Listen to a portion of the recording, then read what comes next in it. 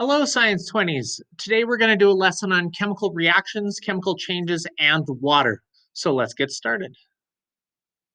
So, a chemical change is a change in which one or more new substances with different properties will be produced. So, we can look at this in a number of different ways. There's some clues that allow us to know that a chemical reaction or chemical change has occurred. First clue would be that there is a color change. Second clue could be that there is a change in the odor of the reaction that's taking place. Now, you will see here for this picture of a copper penny in, it looks like sulfuric acid, we're getting a color change. The solution is turning green around where the copper is. The solution is going from colorless to this brown color. Another clue of a chemical reaction could take place could also be a change in temperature. That could be either that the temperature increases or that there's an energy release, so it's going to feel warmer. That would be exothermic. And then the other temperature change that could occur is the reaction could actually be stealing energy from the surroundings and it could be feeling colder, and that would be an endothermic reaction. Another possible way of telling a chemical reaction would be there would be a change in state.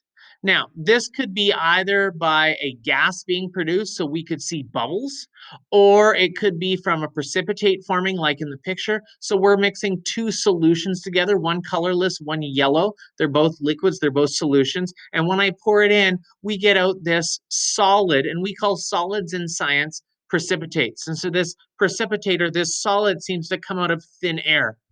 Another way to know that a chemical reaction took place is my starting material, my reactants are no longer there. They've been used up. And in their place, we have created a totally new product with new chemical properties. Now, the one that people tend to concentrate on a lot is that they say that a chemical reaction takes place when it is difficult or impossible to reverse. I don't like to use this by itself, but if that combines with some of the other ones, then we can accept it. For instance, I take a piece of paper and I rip it in half. I still have paper in one hand and paper in the other. Although I can't put it back together without something additional like tape or glue or a staple, I don't want you to think that that is a chemical reaction. It is not. It's a physical reaction because it's still just paper. So what I start with has to be different than what I end with. So we're going to have a change in materials, a change in properties. Now, when it comes to doing chemical changes, usually what we use are solutions. Solutions are excellent for chemical changes. And the reason for this is because if you think about a solution, things are going to automatically change. I put something into water. So the something I'm going to put in is a solute. So in this case, it's salt. This is the substance that's going to be broken down or dissolved. I'm going to drop it into, let's say, a bucket of water. This is my solvent, the substance that's going to cause the dissolving. And I can stir this or I can just wait. And when these guys mix and they make a uniform mixture, something that's homogeneous, looks like one thing, that is what we call a solution, a homogeneous mixture of a solute and a solvent. Now, I'm sure we've seen the word aqueous before or the unit AQ. That means I have a substance dissolved in water. More substances dissolve in water than any other substance out there. That's why we call it the universal solvent. Now, there are things that will not dissolve in water. Something like chlorophyll from plants doesn't dissolve in water. I think we all know oil. Oil and water don't mix. Oil doesn't dissolve in water. But a lot of substances dissolve in water, and that's the substance we're going to use to make 99% of our solutions. Now, the big question always comes with why is water such a great solvent? Now, we are at a very beginner level of chemistry, so I'm going to try to do this as easy as possible. There's two reasons why water is a great solvent. One, water is polar, or there's a polarity in water. What this means is in a water molecule, the hydrogen side is considered slightly positive, the oxygen side is considered slightly negative. Because there is this slightly positive, slightly negative side of water, we say that water is polar. Now, polar isn't the only thing that makes water such a great solvent. You need both of these. So, water is polar, negative side, positive side. But when you add to that, water also ox also has hydrogen bonding, which means here's one water molecule and it's got a slightly positive side of hydrogen, slightly negative side of oxygen. Well, here's another water molecule with a slightly positive side of hydrogen and a slightly negative side of oxygen. Well, you'll see that there is an attraction between the positive hydrogen and the negative oxygen between water molecules. And there's an attraction between the positive hydrogens and the negative oxygen between water molecules. This attraction, there's a slight force here, there's a slight bond between these separate water molecules, and those are called hydrogen bonds. And they occur because of this polarity, this positive negative side of water. And this means that water can dissolve lots of things. Water can dissolve anything that's also polar. You've probably heard the line, like dissolves like. Well, water can dissolve anything else that's polar. That also means that water can't dissolve things that aren't polar, and that's where oil fits in. If you think of oil and water, the reason that they don't mix, I shake them and they still separate, is oil is a nonpolar molecule. It's not going to bond well with water that's polar, therefore it's not going to mix. These are the two criterias you need to be a great solvent. Now, again, let's take a look at our water molecule. And we're going to actually follow the water molecule around for a while. So in here, we have our hydrogen ions that are slightly positive. In here, we have our oxygen atom that is slightly negative. And we've seen before that these guys share a group of electrons. We looked at electron dot diagrams where, because it's molecular, two nonmetals, they share. We push them together so they get a full octet around each of the baby hydrogens around the oxygen. We have a full octet. However, we have never said that they share the bond evenly.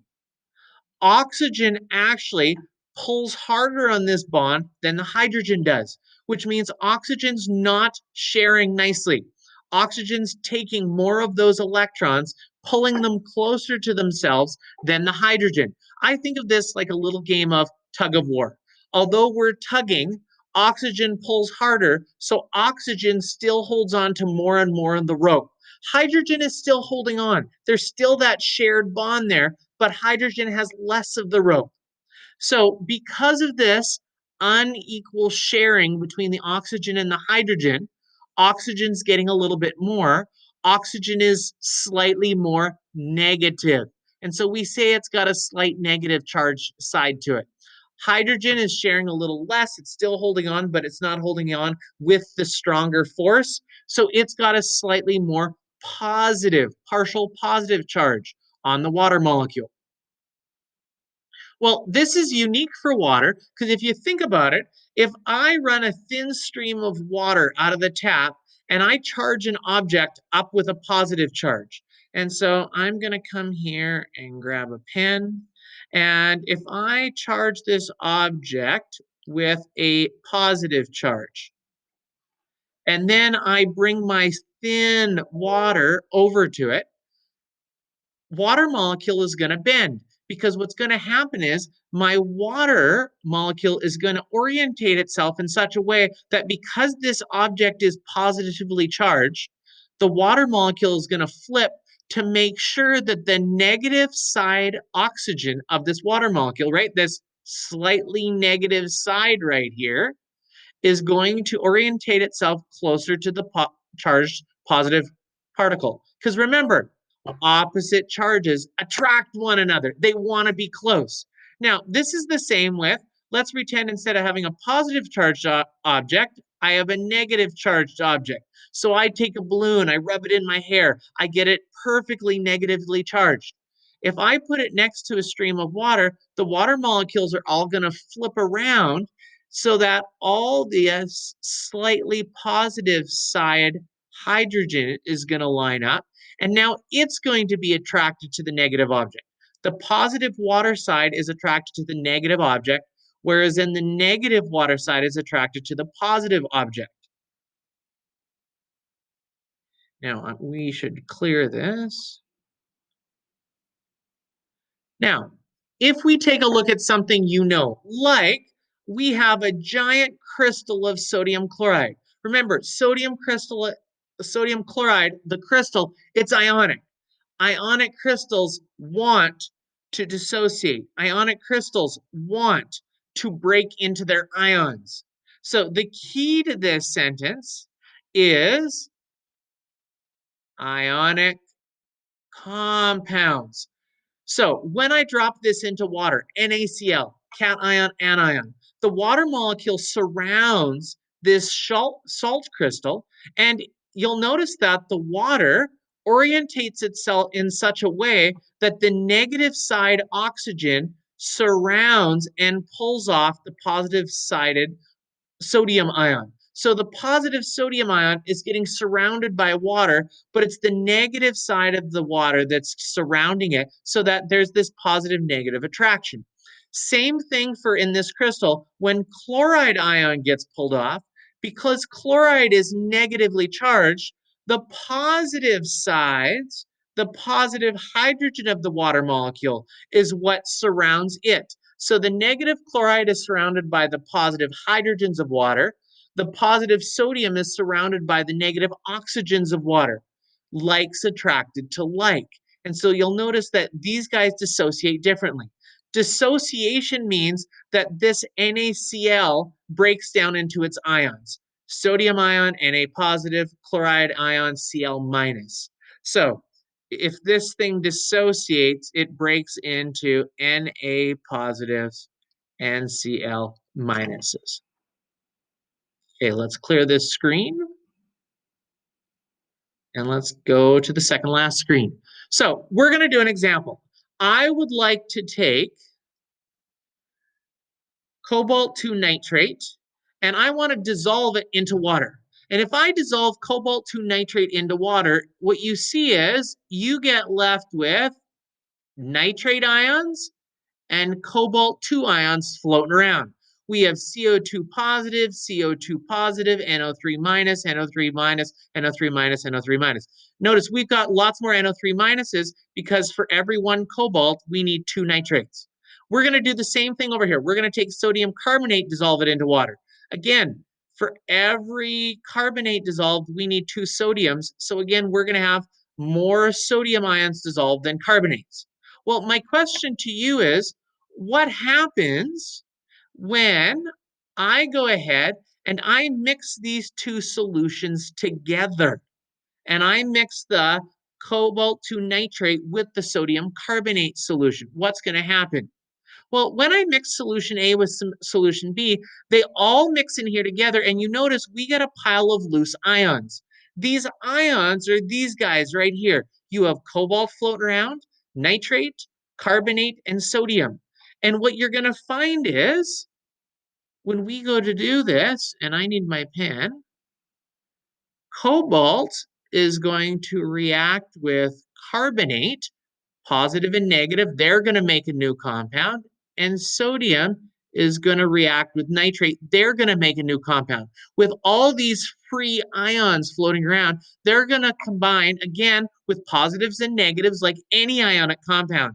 And what you're going to find is you're going to make two new products. You're going to make CO CO3, and you're going to make NaNO3.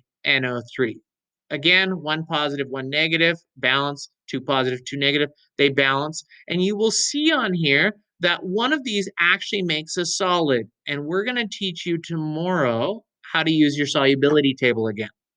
So one of these makes a precipitate. The other guy, he's just going to make solutions in an ion. And you will see that that's where we get this crystallized structure again, right? We're making this crystal structure again. These guys are floating around. They're making a solution. That's what this sodium nitrate solution is. So when we mix things together, all these ions are now floating around free, and now they have a chance to combine as positives and negatives. And that what allows things to dissolve, that positive and negative interaction. Hope you found this video informative. Thank you very much.